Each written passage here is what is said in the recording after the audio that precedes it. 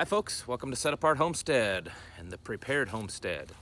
This is Travis, and I wanted to talk to you today about quite possibly one of the most dangerous killers that you might face after SHTF. We talk about marauders, government gone crazy, disease, famine, all these things that could possibly kill you. But there's one thing that most people don't talk about a whole lot. Most people don't really think so much about it, and that's boredom. Boredom can actually be a killer. And I feel personally, and this is a lot just of my opinion, that during an SHTF, especially something that's a long term, that lasts more than just a few weeks, boredom could be something that becomes deadly. Now, I've mentioned this a little bit on this channel in the past, and it was a long time ago, but I never really talked about it in length in a video. And I think it's something that most of us either don't think about it, or we tend to think that we can just overcome it, that because of our, maybe it's training that you have, maybe it's just your overall knowledge, the lifestyle that you live already, maybe you're already kind of a homesteader, kind of off-grid, something like that, that you think, hey, I'm gonna be fine. I'm not worrying about, this, potential to become so bored that it kills me.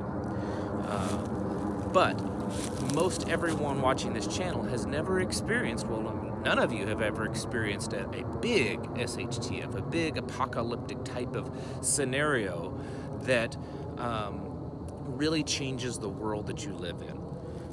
And so that's something that you have to factor into, is are you really capable on a long-term basis of living, psychologically capable of living in a world that's so vastly different than what we have now. And you say, well, how can boredom kill you? Being bored isn't going to kill you. No, it may not, but it can drive you crazy. It can definitely mess with your insanity or your sanity level. But I think what's bigger is that it causes us to make mistakes.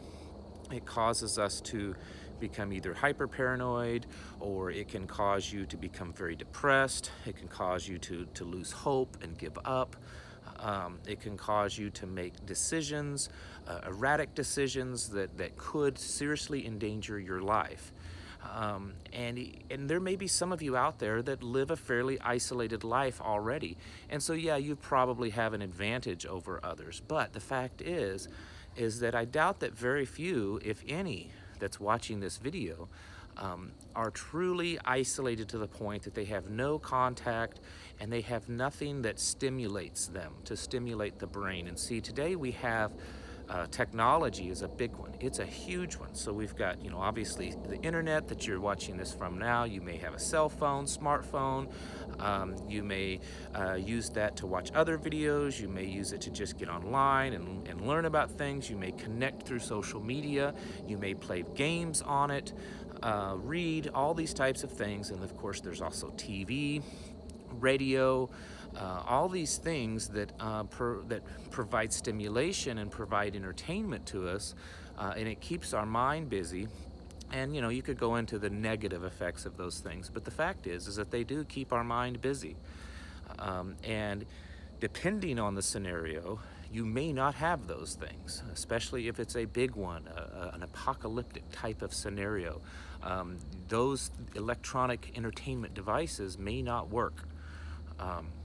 Then there's interaction with other people that you have, even those of us that live more isolated or are just very introverted. You're still interacting with people, and in a serious SHTF situation, you're going to want to cut down your contact with people. You don't want to contact too many people because you don't know who they are, and unless they're a very trusted confidant, you're not going to want to be just going out and meeting new people and talking to people and just having this nice little casual lifestyle of just enjoyment.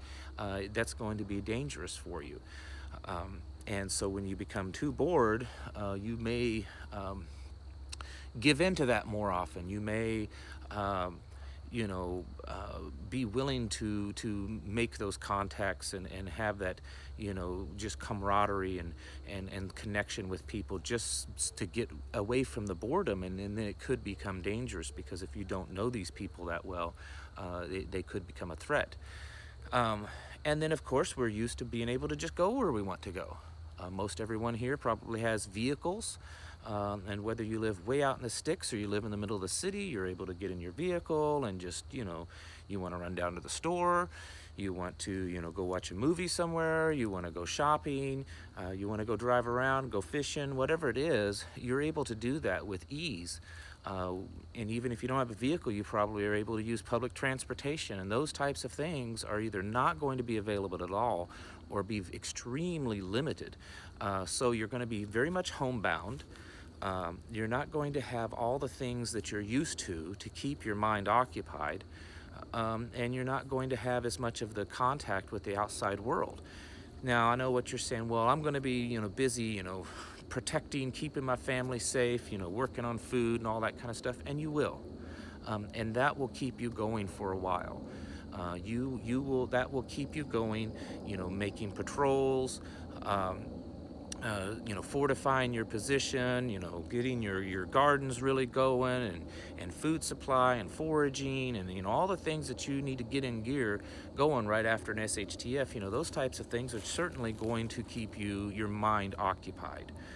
But eventually, things will start to kind of slow down and kind of level out for a while.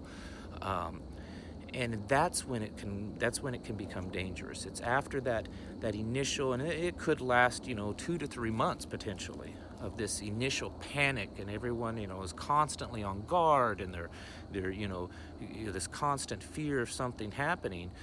But eventually that's going to start to kind of settle down a little bit. People are the ones that aren't prepared and have no way of eating. They're going to starve to death. I mean, that's just the reality. There's going to be could definitely be a very big die-off of people, illnesses, diseases, starvation, things like that. And then what's left are the people that are more prepared, or the people that are capable of surviving and kind of working with whatever's left of the system, and of keeping their families alive. And that's when it's going to kind of slow down.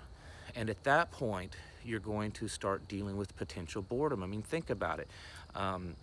Living during, say, like a winter time, when you're kind of more closed in, or if you ever lived through snowstorms or ice storms, where you may go through a few days of loss of power and not able to get out very much because of the weather.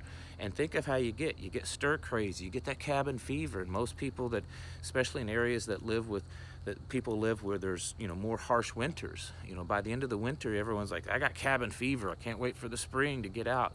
Well, think about that, but much worse, without possibly electricity and electronic devices to keep you entertained, the ability to get out at all, the ability to communicate with people outside of your circle.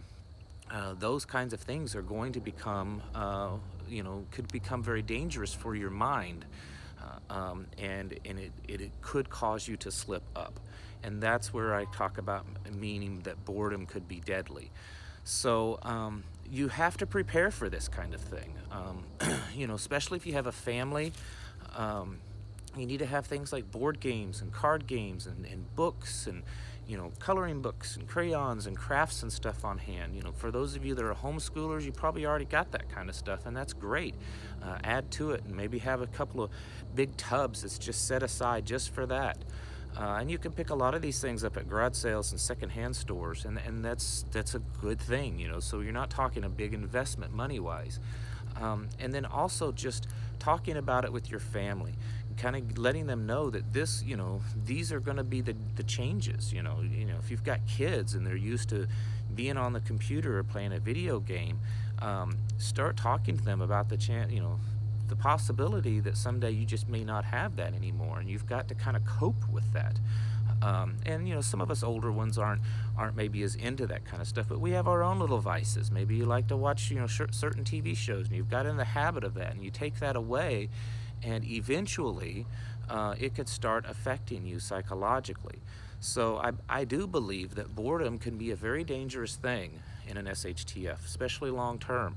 And it's something that you need to start working on now, of kind of developing your mind, thinking about that, preparing, getting certain things in place that, you know, can take the place of, you know, the entertainment that you're used to, and getting your family ready for it, because it's not going to be like in a movie where it's just, you know, all the time, you know, guns blazing, you know, perimeter patrols and stuff. You know, eventually, I do believe eventually things will calm down, and kind of find a new norm, and that's when things are going to get bored. And it's also going to be difficult, you know, with your family, of just getting along. You know how it is. If you're on vacation, by the end of the vacation, you're ready to go back to work. You're like, man, I'm ready to go back to work and get away from the kids or the wife or the husband or whatever it is. And think about it, if it's that way all the time and you don't have any or extremely limited contact with the outside world, and you don't have TV to keep you busy, and you don't have all these things, you're just kind of cooped up, and it could be for months and months at a time, or maybe longer. It's definitely going to change the dynamics of relationships. And so you need to kind of get prepared for that. Talk to your spouse about that. You know, hey, you know, if this happens, we got to stick together. It's for our survival, but it's going to be tough. You know, there's going to be times that I hate you and you hate me, and we're driving each other crazy, and we got to push through that, and we got to make it work, and we got to find ways to kind of give each other a break, and the kids, and each of us from the kids, and all that kind of stuff. So, you know, these are a lot of dynamics on a psychological level that a lot of preppers I don't think of, and they just kind of think, you know, well, I'm tough and I can handle it, and as long as I got my guns and my gear and everything, then I'll be good. But even the toughest of minds, even those in the military, you know, that are military trained, you know, they go through a lot of psychological, you know, problems afterwards. The ones that go on certain missions, and they can tell you that while they may have survived it, that it was tough. You know, the psychological aspect of war and constant threats and stuff is tough. Police officers deal with that, especially ones that work in very dangerous areas. And it takes a toll on your mind. And so it's something that I believe that a lot of us don't really consider, and we need to think about that, and we need to plan for that, and prepare for that, and train for that, and get the things in place to do as much good as possible of getting us ready for that day that the modern life just ceases to exist, and the world as we know it changes forever. So anyway, start thinking about that. Start, you know, playing scenarios through in your mind, and come up with ideas of what you can do. And if you have any, please share them in the comments. Thank you very much for watching, and I'll catch you in the next video.